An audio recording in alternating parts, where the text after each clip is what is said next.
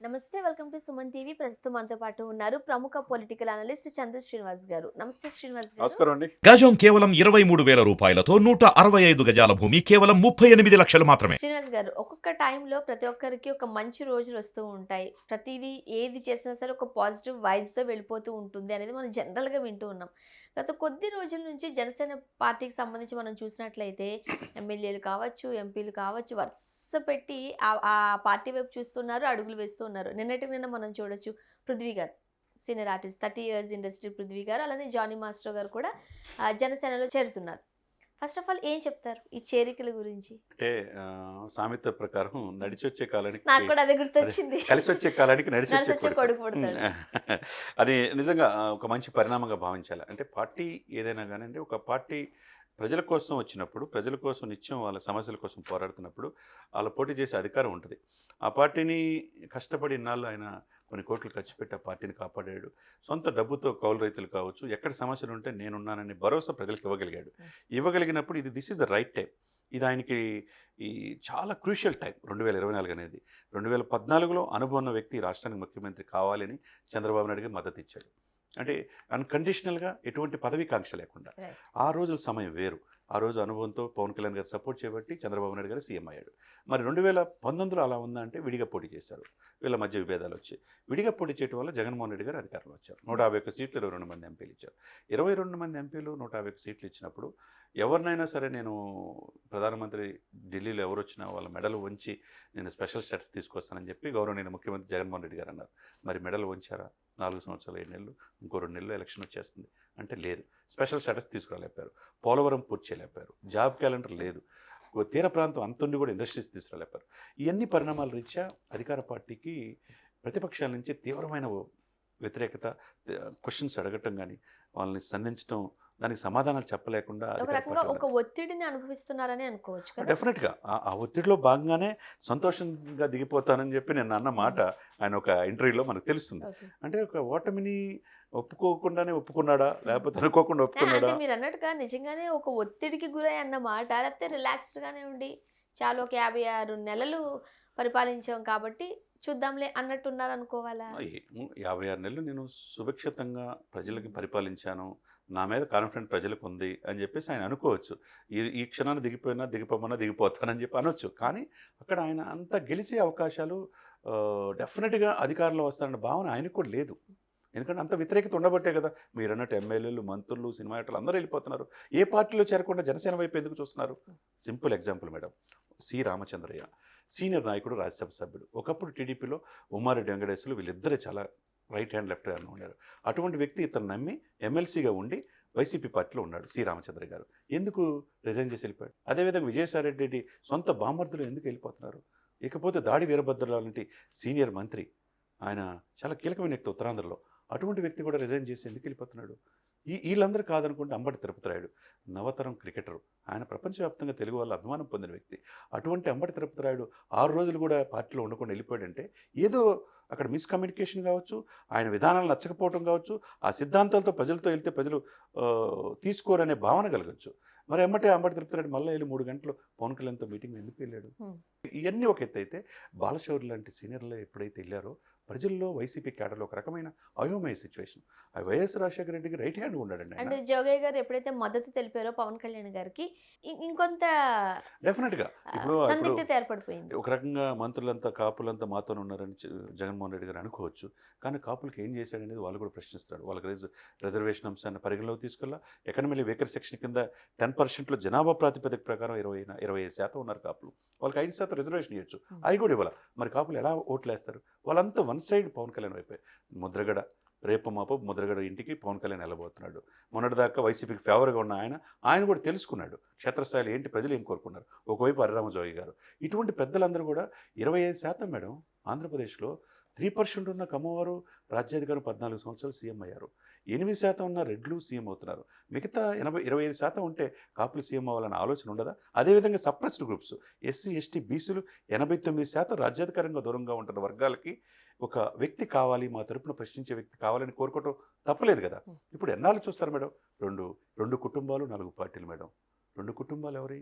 ఇప్పుడు చంద్రబాబు నాయుడు గారు ఏ పార్టీలో ఉన్నాడు? ప్రాంతీయ పార్టీలో ఉన్నాడు. అవును. అదే జాతీయ పార్టీలో బీజేపీ పార్టీలో వాళ్ళ తోడల్లుడు దగ్గుపాటి వెంకటేశ్వర గారి భార్య పురంధేశ్వరి గారు ఉన్నారు. అదేవిధంగా 100 సంవత్సరాల చరిత్ర ఉన్న కాంగ్రెస్ పార్టీలో షర్మిల గారు ఉన్నారు. ఇక్కడ వైసీపీ కాంగ్రెస్ పార్టీలో జగన్మోహన్ రెడ్డి గారు ఉన్నారు. అంటే ఈ 2 కుటుంబాలే పరిపాలిస్తాయి. ఎల్లవెల్ల Yes. ఇది కాదు కదా ప్రజలు కూడా. Hmm. అంటే ఒక రకమైన ఆలోచనలు అనేది వాళ్ళకు కలిగింది. మీరన్నట్టు ఇప్పుడున్న పరిస్థితుల రీత్యా జనసేనకి అద్భుతమైన లైఫ్ ఫ్యూచర్ కనపడుతుంది. Okay. ఎందుకంటే 10 సంవత్సరాలు ప్రజల్లో ఉండటం, ఆయన ఒక్కచోట గెలవకపోయినా నిత్యం ప్రజల్లో ఉండి తన సొంత డబ్బును ఖర్చు పెట్టుకుని పార్టీ ఆఫీసులు కావచ్చు, కౌలు రైతులకు 35 కోట్లు శాంక్షన్ చేసుకున్నాడు మేడం. ఎక్కడో విశాఖపట్నంలో బోట్లు తగలబడిపోతే 3 కోట్ల రూపాయల వరకు కేటాయించాడు. ఎక్కడో ఉద్దానం కిడ్నీ బాధితులు, ప్రపంచంలో అనేక పార్టీలు వచ్చినాయి. ఈయనకంటే ముందు అనేక పార్టీలు ఉన్నాయి, దశాబ్దాల పార్టీలు ఉన్నాయి. కానీ ఉద్దానం వేల మంది చనిపోతున్నారనే పాయింట్ని తీసుకొని లండన్ నుంచి డాక్టర్స్ పిలిపించి తన సొంత డబ్బుతో ఇప్పుడు ఈ రోజున అధికార పార్టీ కూడా అక్కడ రీసెర్చ్ సెంటర్ పెట్టి డయాలసిస్ కేంద్రాలు పెట్టినాయి అంటే ఆయన పోరాడిన ఫలితమే కదా. అంటే ఇప్పుడు మీరు ఏదైతే ఇంత పెద్ద లిస్ట్ చెప్తున్నారో ఇవన్నీ ప్రజల ముందు ఉన్నాయి. Okay, right. ఇది జనసేనకి ఫేవరబుల్ అంశాలే అనుకోవచ్చు. అవునండి. అయితే ఒకసారి మనం వైఎస్ఆర్సీపీ తరపు నుంచి మాట్లాడితే సాధారణంగా చివరి ఓటు లెక్కించే వరకు ఓటమిని ఒప్పుకోరు. అవును. సాధారణంగా అవును. ఇంకొకటి చివరి బాణం విసిరి తగిలేంత వరకు అది నాది కాదు అని కూడా ఎవరు ఒప్పుకోరు. అవును. ఇంత తెలిసి అంటే రాజకీయాలను చాలా క్షుణ్ణంగా పరిశీలించిన వ్యక్తే జగన్మోహన్ రెడ్డి గారు. ఆయనని మనం ఏం తక్కువ అంచనా వేయలేము. కానీ అలాంటి జగన్మోహన్ రెడ్డి గారు ఒక్కొక్కరిగా పార్టీని విడిపోతున్నారు. మరోపక్క మీరు చెప్తున్న అంశాలన్నీ ప్రజల ముందు ఉన్నాయి. ఎక్కడో నేను వెనకబడిపోతున్నానని డౌట్ ఉన్నప్పుడు అట్లీస్ట్ ముందుకు రావడానికి తన వంతు ప్రయత్నం చేయాలి కదా. ఇప్పటి వరకు చేసినట్టుగా వైఎస్ఆర్సీపీ నుండి చూడట్లేదు. ఎందువల్ల? అసలు ఆయన స్ట్రాటజీ ఏమై ఉంటుంది? డెఫినెట్గా ఆయన స్ట్రాటజీగా లేకుండా ఏముండండి. 16 నెలలు జైల్లో ఉన్నాడండి ఆయన. నిత్యం తర్వాత ప్రజల్లోకి వెళ్ళాడు. తర్వాత ఆ సమయంలో విజయమ్మ గారు కావచ్చు, షర్మిల గారు కావచ్చు, నిత్యం ప్రజల్లో ఉండి పాదయాత్రల ద్వారా అధికారంలో వచ్చేట్టు చేయగలిగారు. ఆ తర్వాత ఆయన ప్రజల్లో ఏమనుకున్నాడంటే నేనే ఉండాలి, మళ్ళా నేనే రావాలని కోరుకున్నప్పుడు సంక్షేమ పథకాలు, మీరు ఇచ్చిన వాగ్దానాలు, మేనిఫెస్టోలో తీసుకొచ్చిన అంశాలని అన్ని వైపుల నుంచి మద్దతు తెలియజేసి చూసుకోవాలి. అది మేనిఫెస్టోలో చెప్పిన అంశాలని మీరు చేయకపోయినప్పుడే ప్రజల వ్యతిరేకత వస్తుంది. ఇప్పుడు బటన్ నొక్కాలు, పథకాలు ఇచ్చారు. చంద్రబాబు నాయుడు గారు ప్రభుత్వం దిగేటప్పుడు 2.5 లక్షల కోట్ల అప్పుతో ఆంధ్రప్రదేశ్ ఉన్నది. మరి ఇప్పుడు జగన్మోహన్ రెడ్డి గారు ఉన్నప్పుడు ఇంకొక 8.5 లక్షల కోట్లు యాడ్ అయినాయి. అంటే 10.5 లక్షల కోట్ల అప్పు ఆంధ్రప్రదేశ్ ప్రజల మీద ఉన్నాయండి. అది అంటే ఒక్కొక్క హెడ్ మీద ఎంత ఇవ్వాలా? వీళ్ళు ఏమైనా సొంత వ్యాపారంలో డబ్బులు ఇస్తున్నారంటే కాదు. మన మీద, ప్రజల మీద పడే పన్నులు, జిఎస్టీ ట్యాక్సుల ద్వారా వచ్చే డబ్బుల్ని ప్రజలకి ఇస్తున్నారు తప్పితే వేరే విధంగా ఇవ్వట్లా. మరి ఆ 10.5 లక్షల కోట్ల అప్పులు ఎవరు కట్టాలా? నెక్స్ట్ ఎవరు గవర్నమెంట్ వచ్చినా కట్టాలి కదా. ఇది ఏంటంటే మీరు అన్నట్టు ఆయన అనుభవాన్ని ఎవరు శంకించలేంది. ఆయన వయసులో చిన్నోడైనా రాజకీయాల్లో పుణికిపుచ్చుకున్నాడు. రాజశేఖర రెడ్డి గారి కంటే చాలా కటువుగా రాటు తేలాడు. అవతల ప్రతిపక్షాలైనా లేకుండా చేయాలని చూశాడు. అన్ని సక్సెస్ అయ్యాడు. కానీ ఇది ప్రజల చివరి మూమెంట్లో వచ్చిన కన్ఫ్యూజ్ అవుతుంది. మీరు అన్నట్టు ఇదే సమయాన్ని ఆసరా చేసుకొని చంద్రబాబు నాయుడు గారి కంటే అగ్రెసివ్గా, అంటే పోరాట పటం ఉన్నప్పుడు అగ్రెసివ్ లీడర్ రాజకీయాల్లో సక్సెస్ అవుతారు. కష్టాల్లో 55 రోజులు జైల్లో ఉన్నప్పుడు ఎవరు కాపాడలేపారు చంద్రబాబు నాయుడు. పవన్ కళ్యాణ్ ఆ అవకాశాన్ని సద్వినియోగం చేసుకున్నాడు. ఇంకోటి స్నేహధర్మం ప్రకారం తనకు తగ్గుంట సీట్లు ఎన్ని ఇచ్చినా మనం గౌరవంగా వెళ్ళిపోయి జగన్మోహన్ రెడ్డిని వైసీపీ రహిత ఆంధ్రప్రదేశ్ చేయాలనే లక్ష్యంతో ముందుకెళ్తున్నాడు. ఈ పాయింట్ ఆఫ్ జనసేన కేడర్ ఏమనుకుంటుంది, గౌరవప్రదంగా 50-60 సీట్లు అయినా మనకి ఇవ్వాలి, ముఖ్యమంత్రి పదవిలో కూడా షేర్ కావాలని చెప్పేసి జనసేన కేడర్ కోరుకోవడం తప్పులేదు. అది మన్నించాల్సిన అవసరం, ఇవ్వాల్సిన అవసరం చంద్రబాబు నాయుడు గారికి ఉంది. ఈ సిచ్యువేషన్స్లో ఊహించిన విధంగా మీరు అన్నట్టు జనసేన జనసేన అంటే ఈ రోజున నేను జానీ మాస్టర్, ఆయన ప్రముఖ సినిమాలో కొరియోగ్రాఫరు, మంచి పేరు ప్రతిష్టలు, ఇతర రాష్ట్రాల వాళ్ళకు కూడా కొరియోగ్రాఫర్గా అంటే విపరీతమైన అభిమాని. ఆయన సినిమాలో గ్యాప్ ఉన్న సమయంలో నెల్లూరు వెళ్తాడు, కోవూరు అతని నియోజకవర్గం, అక్కడ ప్రజల్లో క్షేత్రస్థాయిలో ఉండటం, ఆయన జీవితంలో రాజకీయాల్లో రావాలని చేగుంట హరిరామజోగి గారిని పాలకొల్లి కలిసి వచ్చాడు. తన ఇంట్రెస్ట్ ఆయనకి తెలియజేశాడు. డెఫినెట్గా నువ్వు వెళ్ళి పవన్ కళ్యాణ్ గారు కలువు, నీకు బాగా గురువు కదా అని చెప్పేసి ఆయన చెప్పిన సలహా మేరకు అంతకుముందు మనోహర్ గారు కలిశారు, నిన్న పవన్ కళ్యాణ్ గారిని కలిశారు. ఆప్యాయతగా అక్కురు చేర్చుకున్నాడు. కోవూరులో కూడా బలిజలోట్లు చోటా మోటా అని ఏమి చూడట్లేదు పవన్ కళ్యాణ్ గారు. ఎవరు వచ్చినా అక్కుని చేర్చుకుంటారు, అదే ప్లస్ అనుకోవాలా. బట్ పృథ్వీ గారి విషయంలో కాస్త నెగిటివిటీ ఉంది ప్రజల్లో. ఆయన పర్సనల్ ఇష్యూస్ కావచ్చు, వేరే ఇష్యూస్ కావచ్చు.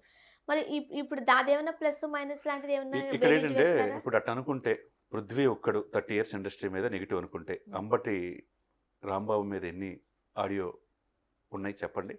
తర్వాత లేకపోతే ఇంకొక మంత్రి అవంతి శ్రీనివాస్ మీద ఎన్ని ఆడియోలు ఉన్నాయి చెప్పండి.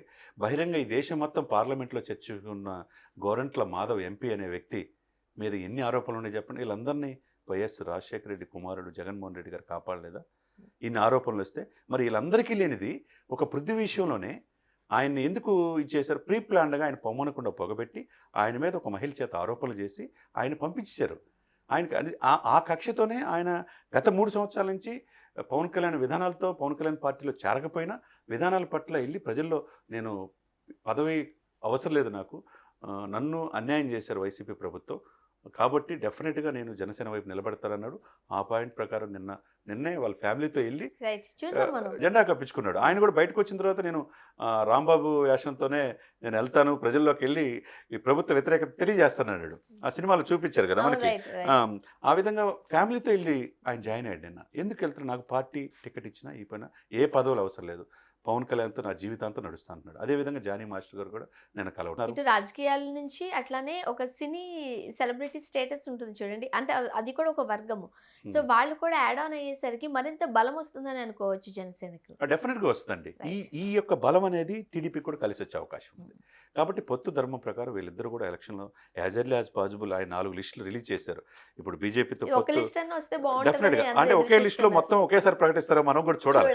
175 చాలా నియోజకవర్గాలు ఆతృతగా ఉంది. ఆతృత వీళ్ళు ఎవరెవరు అందరూ అభ్యర్థులు అంటే ఇస్తున్నారు. ఇంకా లేట్ ఉండదండి జనవరి నెలాఖరికల్లా, ఎందుకంటే ఫిబ్రవరి ఫస్ట్ వీక్ ఎలక్షన్ నోటిఫికేషన్ వస్తుంది, ఏప్రిల్లో ఎలక్షన్ ప్రతి అయిపోయింది జనవరి నెలాఖరు 3-4 అయిపోయింది. రోజులు. ఇంకేముంది, నెల చేతిలో 50 రోజులే ఉంటాయి. Right. కాబట్టి యాజ్ ఎర్లీ యాజ్ పాసిబుల్ ఈ కూటమి లిస్టు ప్రకటించాల్సిన అవసరం ఉన్నది. గౌరవప్రదమైన పొత్తులు అది జనసేన కోరుకుంటుంది. ఆ రోజు 2014లో మిమ్మల్ని సీఎం చేశాం కాబట్టి మా నాయకుడు కూడా పవర్ షేరింగ్లో 2.5 సంవత్సరాలు సీఎం కావాలని ఆ కేడర్ కోరుకుంటుంది. అదేవిధంగా గౌరవప్రదంగా 50 నుంచి 60 సీట్లు కావాలని జోగి గారు కోరుకున్న, కింద స్థాయి క్షేత్రస్థాయిలో కోరుకున్న మనందరం అందరూ కోరుకుంటున్నాం. కోరుకుంటున్నాం. Right. మనందరం అందరూ కోరుకుంటున్నాం. కోరుకున్నాం గౌరవప్రదంగా. ప్రస్తుతానికి జోష్ కూడా ఉండింది. ఎందుకనంటే వస్తున్న ఎమ్మెల్యేలు కావచ్చు, ఎంపీలు కావచ్చు, టీడీపీ వైపు చూడట్లేదు, జనసేన వైపు చూస్తున్నారు. కాబట్టి ఆశించిన స్థాయిలో పొత్తు ప్రకారంగా ఆ రకంగా సీట్లు కేటాయించబడితే మంచిది అనేది చూస్తున్నాం. అంతే మరి కదా. చూడాలి ఏం జరగబోతుంది అనేది. Thank you so much. Thank you.